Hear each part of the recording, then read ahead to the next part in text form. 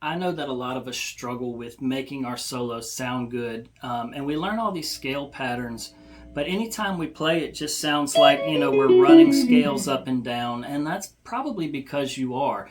And let me give you a little piece of advice: when you practice, whatever you practice is what you're going to sound like. So if you practice, running scales up and down, then yes, when you go to play, that's exactly what it's going to sound like, running scales up and down. And to be honest with you, sitting here running these scales, that's really difficult for me because that's not something I sit and practice. So I want to show you how to go about actually sounding better when you're using some of these scales. So let's dive in. So to start with, we're going to be in the key of E, and all the tabs and the backing track are available on my Patreon to Patreon members. But we're going to come up here where we can lay our finger flat here on the 9th fret, and we're getting an E chord. And we're going to play around this major pentatonic pattern right here.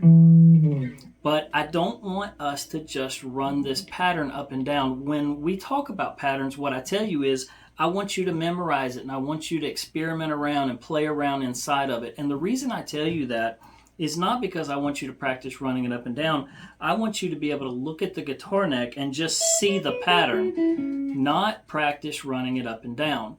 But more importantly, I also want you to see your home note, your tonic, your root note. All of these things mean the same thing. And in this case, that would be my E note, and it's right here on the 9th fret of the G string. So anytime that I'm playing, as long as I work my way back to this root note, it is always going to sound good. It's going to sound best if you hit the note of the key that you're in. And in this, I'm not real concerned about what the chords of the song are doing. I just want to sound good while I'm playing the easiest way possible. Now, what I want to do is I just want to start with the 3 notes that make up my chord, this triad, if you will. The D, the G, and the B string on the 9th fret make an E chord. So any of these notes will sound good when I'm playing, but I can't just use those 3 notes because that doesn't really sound musical. So what I'm going to do is just add the notes in between. So add the 11th fret on the D string and the 11th fret on the G string, and now I can kind of work my way around, but always trying to come back to my root note, always trying to think that I'm coming back to this E note, this 9th fret on the G string. So anytime I'm playing, I'm going to be kind of working my way around this one note.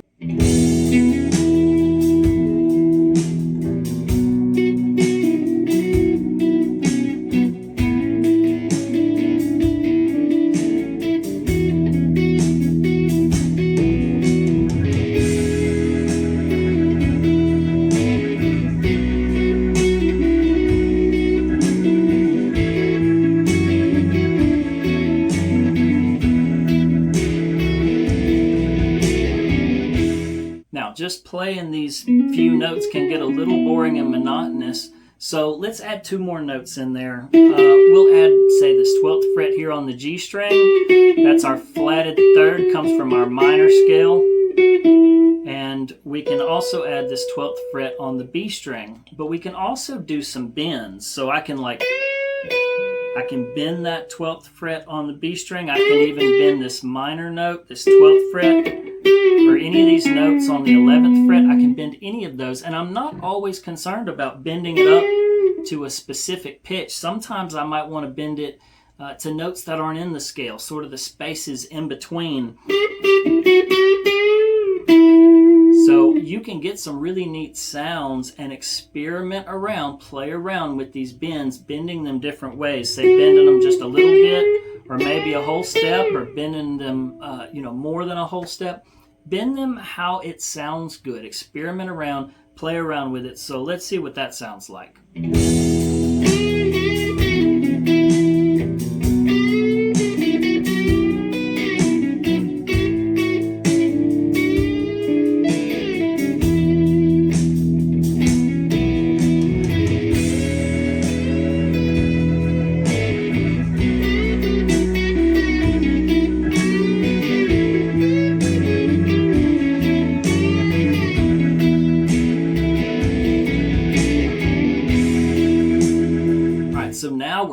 really starting to sound like we're getting somewhere.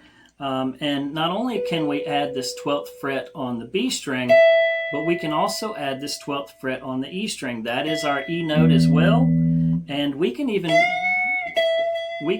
bend that, or we can work our way to that note, or work our way back down to our other E note. We can even do, say, double stops like Jimi Hendrix would do, where we can hit two notes at the same time. We can do, some of these country bends, or bend up and hit another note. I mean, there's lots of combinations and variations that you can do, just playing around inside of this little pattern. But remember, I'm always trying to get back to this root note. So let's throw some of these other bends and throw some, double stops in there. And let's hit more than one string at a time and see what that sounds like.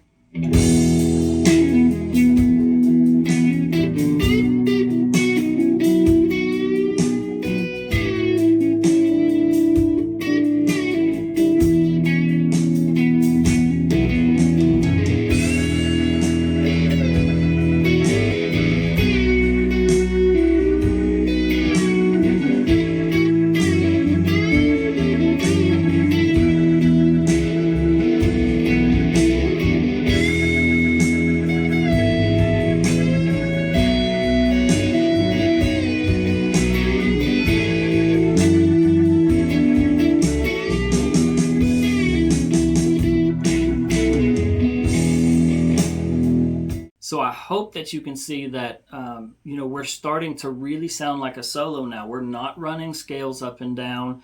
And I don't know if you've noticed, but I really have not mentioned the chords to the backing track. I really don't care what chords are being played. I can make it sound good just playing in this one scale, just kind of playing around with these different notes.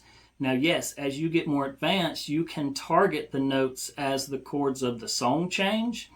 But you don't have to. You can sound good just kind of playing by feel inside of these scales. Using these bends, not worried as much about bending to a specific note. Sometimes we're wanting to get in between the spaces of the notes. I remind you that the backing track and the tabs to this are on Patreon if you're interested. But practice around with this, play around with this. I hope that this helps you. I hope this gets you out of the rut of running scales up and down. And as always, if you need something, reach out to me. I'll be glad to help you.